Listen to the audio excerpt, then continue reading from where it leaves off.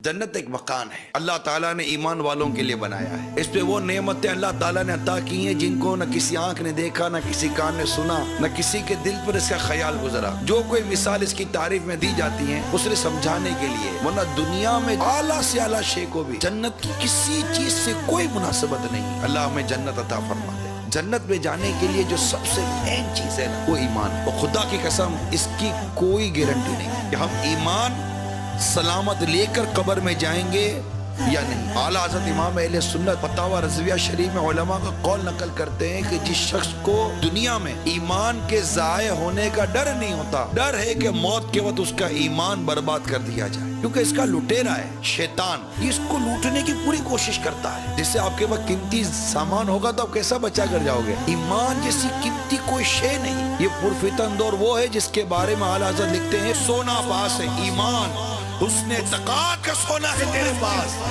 سونا پاس ہے سونا ون سناٹا ہے ہر طرف۔ ایسی حالت میں سونا زہر ہے اٹھ پیارے، تو کہتا ہے میٹھی ندھ ہے تیری مت ہی نرالی ہے۔ لوٹ مار مچی ہے، لا دینیت، بد مذہبیت، بے حیائی، طرح طرح کے فتنے اٹھ کر ایمان اٹھنے کے لیے تیار ہیں۔ اور ایسے میں بندہ اپنے ایمان کی سلامتی کی پرواہ نہ کرے، غفلت کی نیند سویا رہے، فلمیں ڈرامے دیکھتا رہے، گانے باجے سنتا رہے، معاذ اللہ گانے گنگناتا رہے، خدا نہ خواستہ کون سا گانے کا بول اس کے ایمان کو برباد کر دے، اسے پتہ بھی نہ چلے، اور وہ تو جیے چلے جا رہا ہے، مرنے کے بعد پتہ چلے کہ ہائے یہ کیا ہو گیا، میں تو اپنا ایمان دنیا میں ہی ضائع کر گیا۔